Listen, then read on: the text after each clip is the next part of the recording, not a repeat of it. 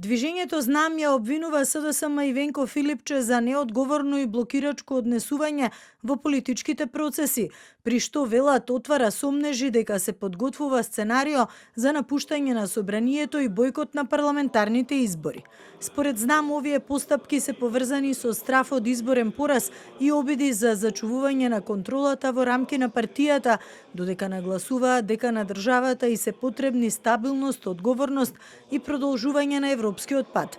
Оттаму велат дека се лагат тврдењата дека техничката влада се укинува веднаш и дека ова решение е донесено без консултации со политичките партии. Со овие измени јасно е предвидено дека техничката влада ќе важи за следните парламентарни избори, а потоа ќе биде укинета како модел во иднина.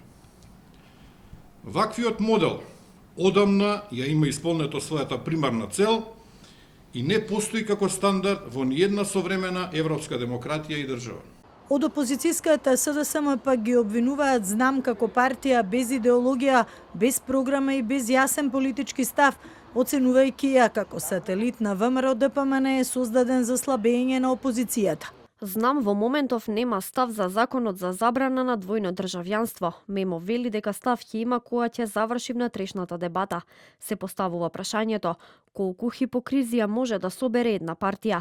Знам нема идеологија, нема програма, па затоа нема ниту став. Тие не знаат дали се центар или десница. Всушност не знаат ништо, бидејќи се обична сателитска партија создадена од ВМРО со една цел – да ја разедини и ослаби опозицијата.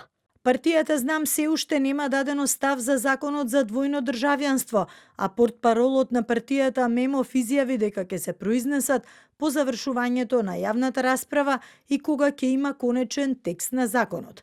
Темата за укинување на техничката влада, која ја предложи премиерот Христијан Мицкоски уште пред неколку месеци, веќе стигна во собранието, а не е исклучена можноста веќе и на почетокот на следната недела да ја помине финалната фаза и гласањето, што значи дека техничка влада ќе има уште на следните парламентарни избори, а потоа актуелната влада сама ќе ги организира.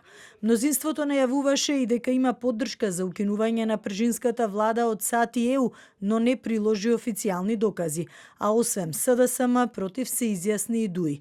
Отворена поддршка за укинување на техничката влада веќе даде претседателката Силјановска Давкова, но смета дека за укинувањето треба да има диалог. Пржинската влада е дел од договорот меѓу Зоран Заев и Никола Груевски во Пржино во 2015-та за фер и демократски избори.